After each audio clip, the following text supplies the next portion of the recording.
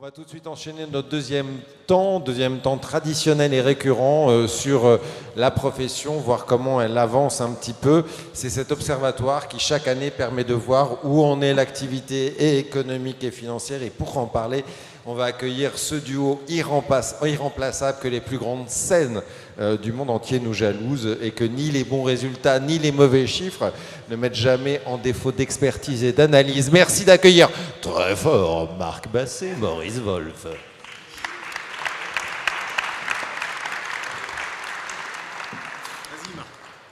Merci à vous, messieurs.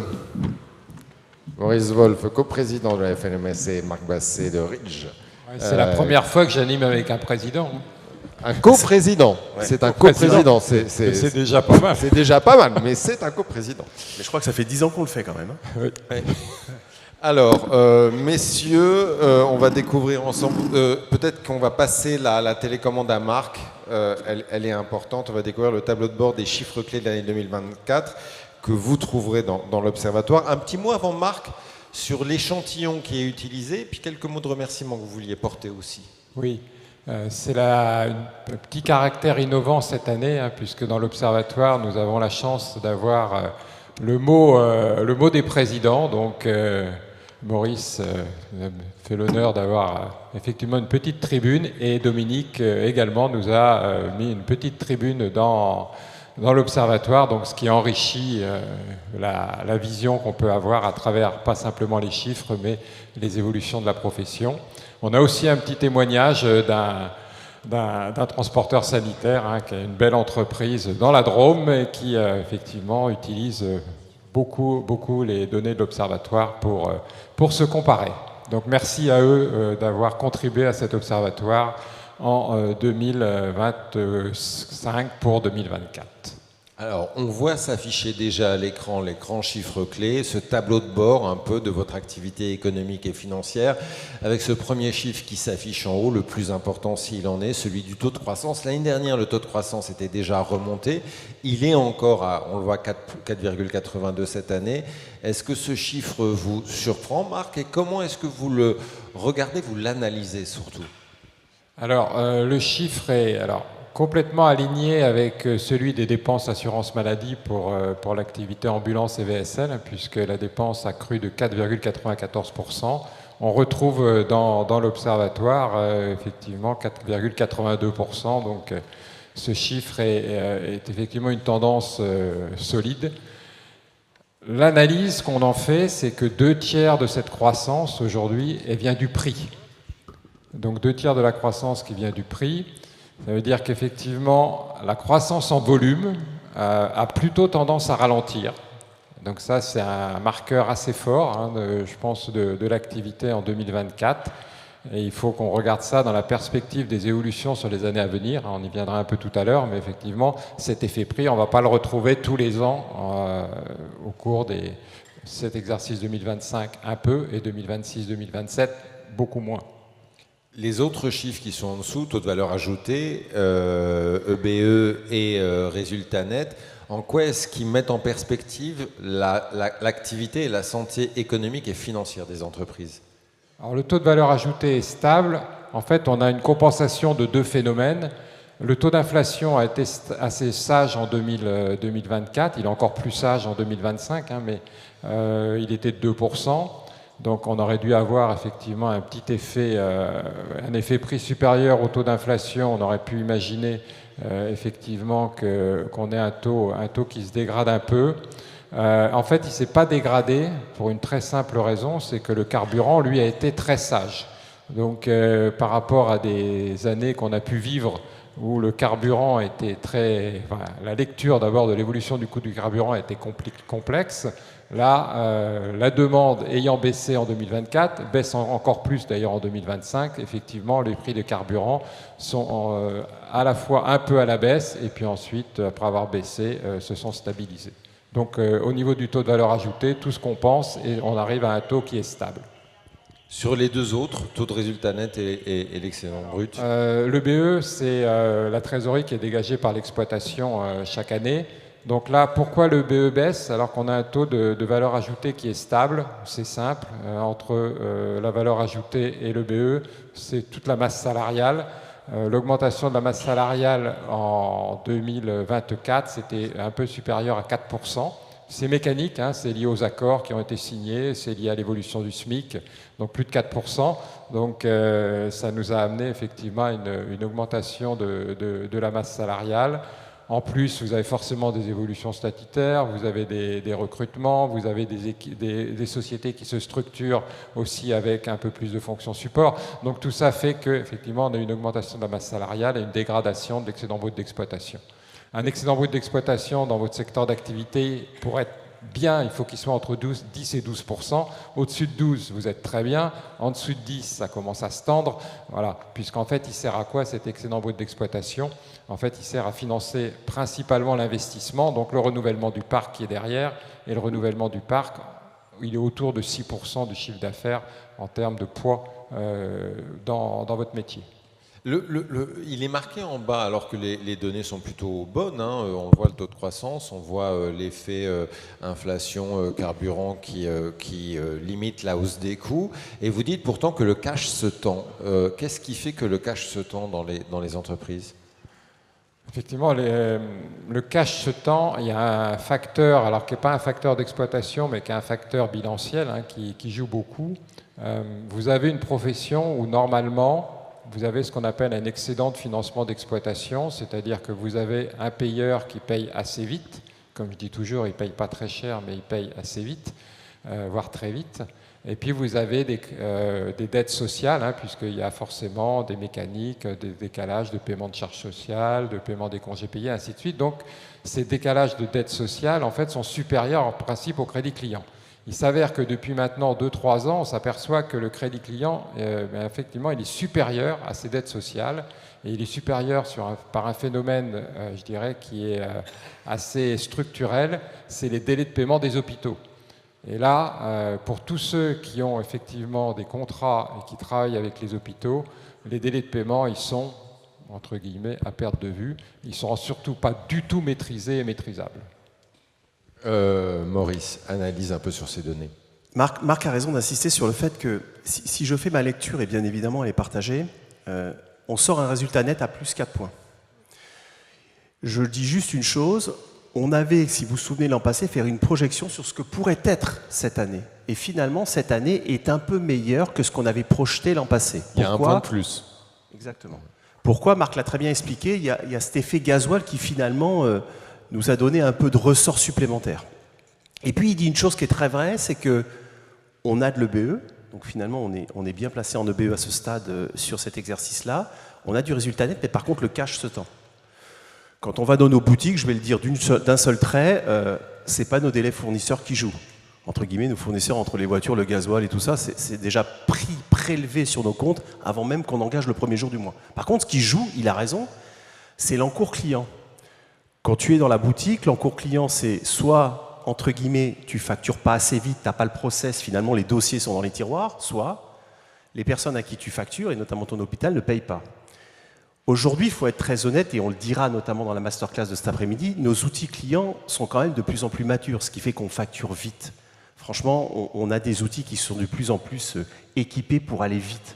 Par contre, on a un hôpital qui effectivement connaît des vraies difficultés, ce qui fait que ces difficultés, je reprends une parole que j'avais hier avec un patron qui était là, il me dit, tu te rends compte, l'hôpital est en train de dire, est-ce que je paye les médicaments ou est-ce que je paye l'ambulancier?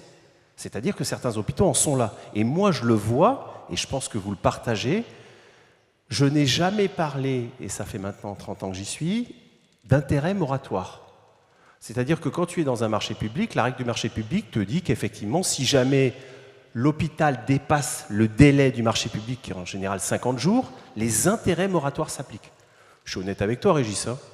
On ne savait pas forcément ce qu'était un intérêt moratoire, encore moins comment le calculer, et finalement toutes les règles qui existent autour de l'intérêt moratoire. Et de plus en plus, on commence à se dire, non, mais attends, finalement, comment ça marche l'intérêt moratoire? Parce que j'ai un hôpital qui dépasse les 50 jours, voire qui dépasse largement les 50 jours. Et donc on voit bien qu'on a une mécanique dans le cash qui se tend, parce qu'effectivement, on devrait être plutôt producteur de cash dans nos entreprises, alors que finalement, mon délai client, et notamment mon hôpital, vient me tirer ça. Je fais part de 2 derniers points. Cet intérêt moratoire, il faut vraiment aller regarder dans nos marchés publics comment ça marche, parce que même si ça n'est pas écrit, l'intérêt moratoire, il est mécanique dans le marché public. Ne pas hésiter quand même à aller un peu regarder, parce qu'effectivement, quelquefois, simplement en parlant au service économique de l'hôpital de notre capacité à aller regarder l'intérêt moratoire et à aller le déclencher, ça peut créer quelque chose. Mais pas tous les coups. Parce que s'ils hésitent, les hôpitaux, entre vous et le médicament émet les intérêts moratoires. Par exemple. Et je dis quand même une autre chose, et c'est là où il faut être très très vigilant, surtout pour les prochaines années qui arrivent, 2025-2027, c'est que plusieurs d'entre nous avons commencé à faire appel à ce qu'on appelle un factor. C'est-à-dire que je prends ma créance, ma facture de l'hôpital de Cholet, de Saint-Étienne, de Lyon, peu importe, et je la cède à un factor. Ce qui est un banquier en réalité. Le banquier devient propriétaire de la factor et il me dit « T'inquiète pas, c'est moi qui relance l'hôpital et je te fais une avance, que je te fais payer quand même, mais je te fais une avance. Donc déjà, ton cash est libéré. » J'ai assisté à des scènes où le factor ne veut plus prendre la facture de l'hôpital. Où il dit « Non, mais attends, même si je m'appelle factor, j'arrive pas à le relancer parce qu'il ne me paye pas. » Et donc ça veut dire que jusqu'ici, on avait une qualité de signature client qui nous permettait assez facilement de confier la facture et de se la faire financer. Là, on commence à nous dire, attendez, l'hôpital, finalement, il est compliqué, etc. Donc, on a effectivement un cash qui se tend avec un hôpital, et je ne dis pas que c'est partout, mais qui se tend aussi. Je voudrais juste, Régis, un petit commentaire complémentaire sur le taux de résultat. Il y a un phénomène qu'on observe.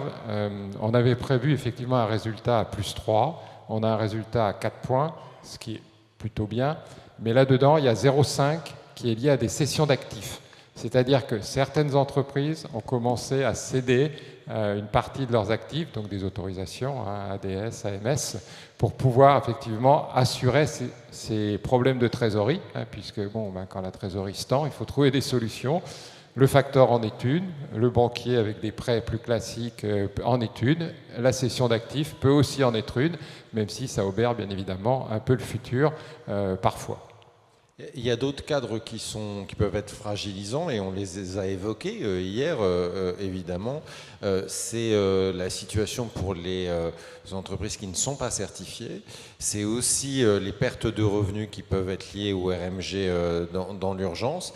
Dans quelle mesure ces chiffres que vous montrez sont impactés par ces situations-là, en fait, et comment... Voilà, comment ça joue par rapport à ça? Là, on se projette. Oui. Donc là, c'était les commentaires qu'on a vus. Donc les projections sur 2025 et 2026. On va dire le TUPH aujourd'hui est effectivement pas rentable. Je pense que Vincent l'a dit, redit et redit, et on partage complètement son constat. Aujourd'hui, c'est effectivement une réussite sur le plan sanitaire, c'est sur le plan économique quelque chose qui doit être complètement revu. Donc, et ça va faire partie effectivement dans un environnement qui va se tendre d'enjeux qui vont devenir majeurs. Pour revenir effectivement au sujet, la première partie de la question, sur le protocole et l'impact de la baisse tarifaire sur le tarif socle, moi je ne connais pas de secteur d'activité où quelqu'un peut supporter une baisse de tarif de 13%. À un moment donné, il y a un vrai sujet. L'avantage, c'est que pour ne pas subir cette baisse de tarif de 13%, le passage à effectivement la certification n'est pas complexe. On peut comprendre que certains n'aient pas franchi le pas. Par contre, effectivement, une fois face au mur, je pense que le passage n'est pas compliqué. Derrière, l'impact, pour parler effectivement de cet impact sur l'Observatoire, on l'a regardé, en 2025, l'accord qui va produire ses effets au 1er octobre, c'est 1 point de résultat en moins. C'est 1 point de croissance en moins, donc c'est directement du chiffre, donc c'est 1 point de résultat en moins. Donc ça, c'est effectivement très significatif. Encore plus significatif en 2026, simplement en 2026, le croisement, ça va dépendre effectivement de tous ceux qui aujourd'hui sont au tarif socle qui vont passer au tarif certifié. Ce qu'il faut voir, c'est qu'en fonction de cette vitesse de bascule, À terme, le tarif certifié étant supérieur de plus de 6% au tarif socle en moyenne nationale, effectivement, la dépense pour l'assurance maladie, donc l'impact pour le chiffre d'affaires des entreprises, sera un impact positif. C'est-à-dire qu'en fait, il y aura plus de dépenses à iso-activité. Donc, comme on peut considérer, et la remarque que je faisais tout à l'heure pour 2024, un volume qui a tendance quand même à se tasser un petit peu, c'est-à-dire que l'assurance maladie, dans ses projections, elle a pris 2% de croissance des volumes en ambulance, 1,3% de croissance de ces volumes en VSL, sans compter ce qui peut être bascule article 51, hein, donc ce qui va effectivement apporter des volumes supplémentaires. Mais tout ça, effectivement, ça va nous apporter des volumes supplémentaires, mais celui qui fait un article 51, qui a un taxi aujourd'hui, qui a un VSL demain, il n'aura pas plus de volume globalement. Donc il faut aussi regarder effectivement cette perspective-là. Mais l'impact, effectivement, peut être à terme 2027 une croissance. Par contre, il va falloir passer le quatrième trimestre 2025 et l'année 2026, avec probablement, effectivement, pour l'ensemble de la profession, plutôt une réduction d'activité. Maurice? Je dirais trois choses. Effectivement, tarif socle au 1er octobre 2025. L'assurance maladie est parfaitement consciente que, même si la date est proche, les fédérations, nos 2 fédérations, les 4 fédérations, en parlent depuis très longtemps. Et un témoignage a été fait hier en disant, mais en réalité, cette nuance entre tarif socle et tarif certifié, la profession en est consciente depuis 2023 avec l'avenance, puisque c'est l'avenance qui... Alors, j'entends ce que dit Marc, il y a le côté, c'est pas facile de se dire, allez, j'y vais, mais par contre, la bascule en elle-même est extrêmement simple. Donc, et d'ailleurs, l'assurance maladie, quand elle fait sa projection à dire qu'est-ce qui va se passer en termes d'impact sur la dépense transport tarif socle, ben en réalité, elle l'annule tout de suite parce qu'elle dit, bah oui, mais les gens vont basculer en certifié. Alors, est-ce que tout le monde va basculer? C'est une question, mais les gens vont basculer. Donc, en réalité, il va y avoir un effet de haut et de bas, me semble-t-il. Donc ça, c'est pour le tarif socle. La deuxième chose, je voudrais insister sur quelque chose parce que hier, quand on était dans la table ronde, les 2 tables rondes sur le protocole, on m'a fait plusieurs remarques. Le protocole, effectivement, est un protocole d'économie sur lequel nos fédérations ont essayé de faire en sorte que cette contrainte devienne une opportunité pour nos entreprises. Et quand je dis ça, je ne dis pas que c'est simple, mais on fait ça. Mais ça ne veut pas dire qu'entre guillemets, la dépense de transport va baisser. Hein. Parce que Marc l'a dit, quoi qu'il arrive, on est sur un marché qui reste un marché en hausse. Et je le dis parce que quelquefois, peut-être les gens m'ont dit, mais vous n'avez pas été assez clair là-dessus. Peut-être que certaines personnes ont eu cette lecture que, mince, le protocole veut dire que le marché va, entre guillemets, baisser. Pas du tout. Le marché va monter parce que les volumes de transport vont monter. Par contre, effectivement, il va falloir qu'on trouve aussi des solutions en interne pour aller chercher cette productivité que le prix ne pourrait pas nous donner. Parce qu'il va falloir qu'on trouve plus de transport partagé, une ambulance à 2. C'est là qu'on va trouver des solutions si on se projette. Mais si je regarde les choses à travers ce que vous présentez, plus d'activité, une inflation qui a priori ne va pas remonter, un prix du carburant qui a priori va rester bas, et une croissance qui est acquise, qui n'est pas acquise, mais qui est tout de même assez bonne. On a tout de même un horizon 25-26, je dirais pas facile, mais en tous les cas un peu facilité. Oui. Enfin, facile, non. Bon. Les projections qu'on fait pour 2025, facilité peut-être, je ne suis pas sûr. Donc, projection pour 2025, on arrive à 3 points à peu près. Donc, on retrouve notre prévision de l'an dernier avec effectivement une petite augmentation de masse salariale, hein, puisque même si l'augmentation des salaires avec une inflation qui baisse, hein, puisque ce sera probablement inférieur à 1% en 2025, donc les augmentations de salaire sont un petit peu plus sages. Il ne faut pas oublier que pour 2026, on va avoir la réforme là, qui vient de passer sur la modification des seuils sur les réductions de charges sociales. Donc il va avoir un impact, alors ça dépend à quel niveau se situent vos salariés, mais dès qu'on va rentrer dans un champ avec des heures supplémentaires un peu significatives, là on va avoir effectivement un impact de coût charge sociale qui va un peu augmenter. On ne sera pas à 4, hein, on sera entre 2 et 2,5 globalement, mais bon, ça veut dire que dans un environnement où on se retrouverait, je me place dans un tarif socle avec une baisse des prix, une augmentation de charges sociales, même si le reste est avec une inflation faible et un carburant sage, à un moment donné, il y aura forcément un résultat qui devrait baisser. Si je le dis avec mes mots, Régis, on rentre dans une période 2025-2027, je prends les 3 ans du protocole, mais bon, c'est les années d'après aussi, hein, où effectivement il y a un nouveau cadre, il y a un nouveau paradigme qui s'ouvre à nous, pardon. C'est une certitude. Et d'ailleurs, pas que pour le métier ambulancier, hein, soyons très honnêtes, je pense que toute l'économie française est effectivement dans quelque chose de nouveau qui va s'ouvrir.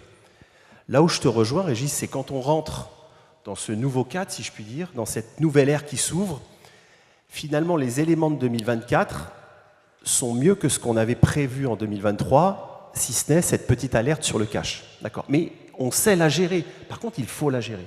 Par contre, ce qui est sûr, et là je partage ce que dit Marc, hein, mais je le dis avec mes mots, c'est dans nos entreprises qu'on va trouver effectivement ces éléments de réponse pour passer ce nouveau cap 2025-2027. Et quand je dis qu'est-ce qu'on doit faire dans les entreprises, ce qu'on a déjà commencé à faire, hein, donc je ne suis pas du tout en train de passer un message alarmiste, mais effectivement, on doit faire plus de transports partagés, on a des outils dans nos entreprises qui doivent absolument être utilisés pour avoir la bonne indication tout de suite. Je prends toujours la même image, mais je suis quelquefois très surpris du fait que on me dit, mais Maurice, tu te rends compte, mon cash se tend, ce que dit très bien Marc.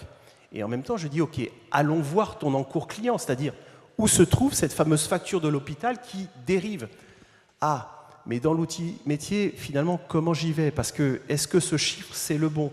Donc on voit bien que dans certaines de nos entreprises, mais ça veut dire qu'on peut le faire, dans certaines de nos entreprises, on a l'information, mais peut-être qu'on n'est pas assez, on ne va pas assez la chercher, alors qu'elle y est, allons la chercher. On construit dans nos entreprises des balances clients qui peuvent être des balances âgées qui vont dater l'ancienneté de la facture. Donc on a effectivement ce nouvel ère qui s'ouvre et il faut qu'on fasse cet effort d'aller chercher les choses. Mais l'avantage que l'on a, c'est qu'en réalité, on a les éléments dans nos entreprises. Mais il faut y aller. Quelques questions, réactions, s'il y en a dans la salle sur tout ce que vient de nous présenter.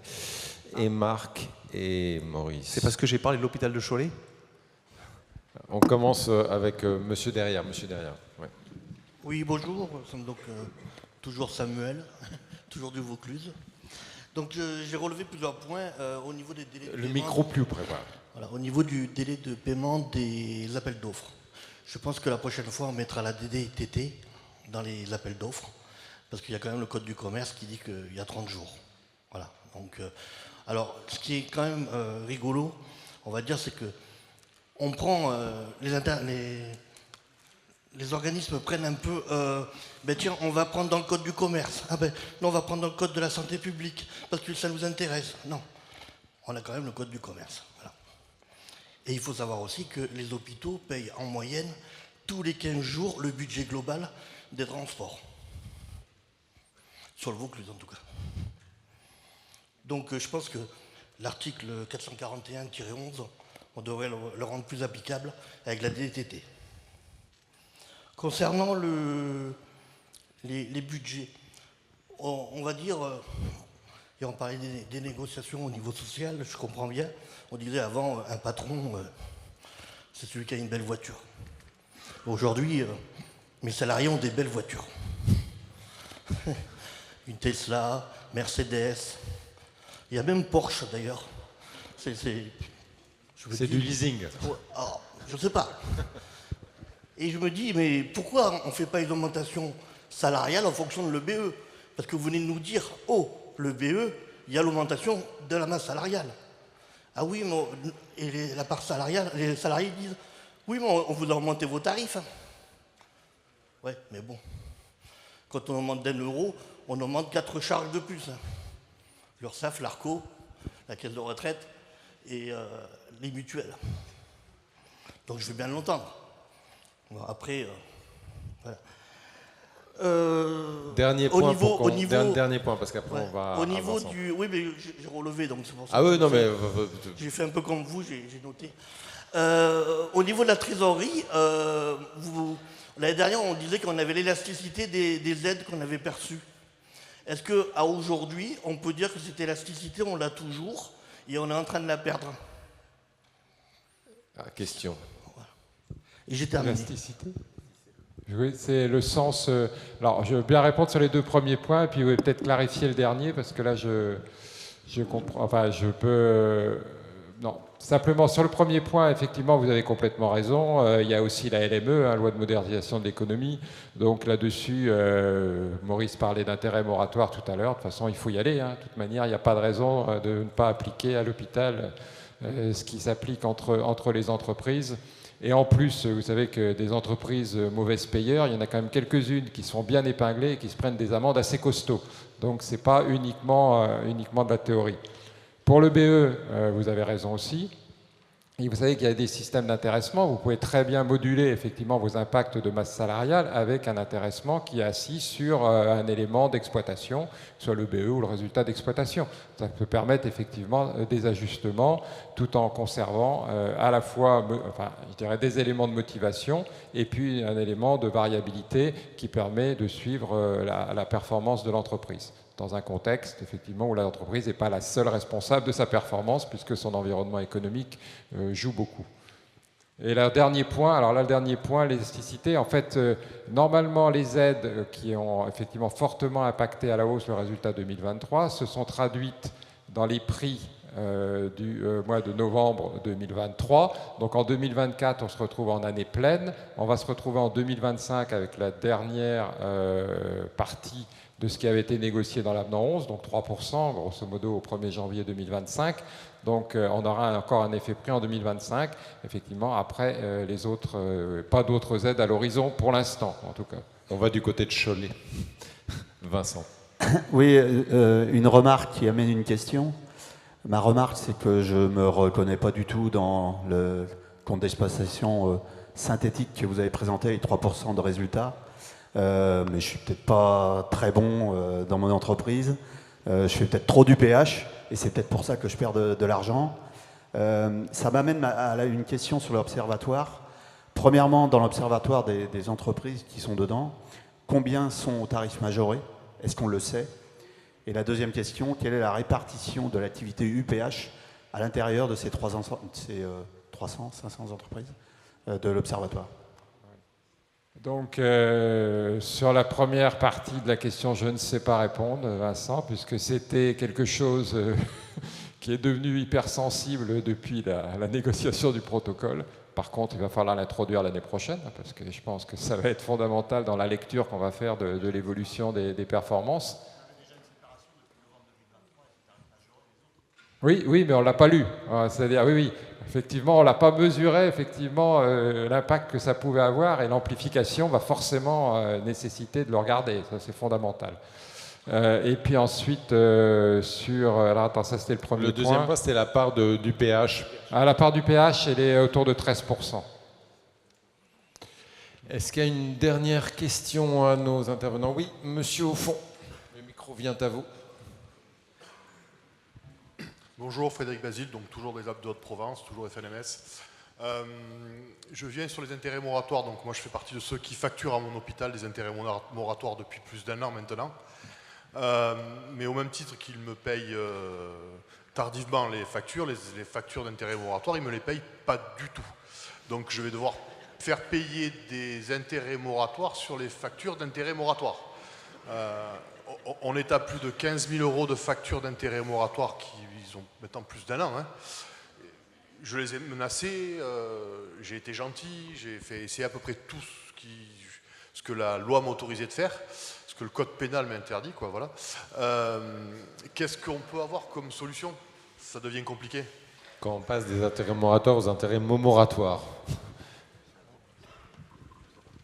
Je ne sais pas répondre, si ce n'est effectivement que nul ne peut ignorer la loi. Donc à un moment donné, ils vont finir par payer. Maintenant, comment leur tordre le bras pour qu'ils payent en heure et en temps? J'avoue que je ne sais pas, parce que je pense que... Alors je ne sais pas de quel hôpital on parle, mais effectivement, je vois à peu près.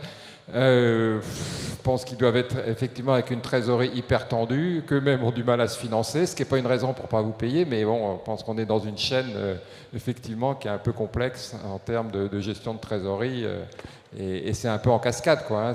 Vous êtes le prestataire qui finit par ne pas être payé. Je pense que vous n'êtes pas le seul, malheureusement, et donc à l'hôpital de se refinancer. D'ailleurs, c'est un phénomène qu'on a vu depuis quelques années. Les hôpitaux se sont endettés de façon importante, alors qu'ils n'étaient pas du tout endettés il y a une dizaine d'années. Et je connais la situation de Fred, et c'est d'autant plus regrettable ce que dit Fred, c'est que Fred ne vous le dit pas, mais ce qu'il a fait en amont avec le service économique de l'hôpital dont il parle, c'est qu'il a mis un outil. C'est-à-dire que quand il envoie sa facture, il a fait en sorte que le service économique lise tout de suite sa facture de transport en termes de contrôle. Et donc, dit autrement, il a déjà agi pour faire en sorte qu'il n'y ait pas un temps de contrôle que quelquefois on vit dans les hôpitaux qui redécale mon paiement. C'est-à-dire que Fred, ce qu'il fait, c'est qu'avec son outil métier, il produit dans le format que veut l'hôpital la facture, ce qui fait que l'hôpital dit tout de suite s'il est d'accord avec Fred sur ce transport, et malgré tout, il se retrouve dans des délais de paiement avec intérêt moratoire. Donc on voit bien qu'on est dans un moment sur certains hôpitaux critiques, parce que là, on est face à un patron qui a déjà, dans son outil métier, calé cette agilité qui est nécessaire pour aller vite. Merci à notre duo irremplaçable et toujours aussi performant, Marc Maurice. On peut les applaudir très fort.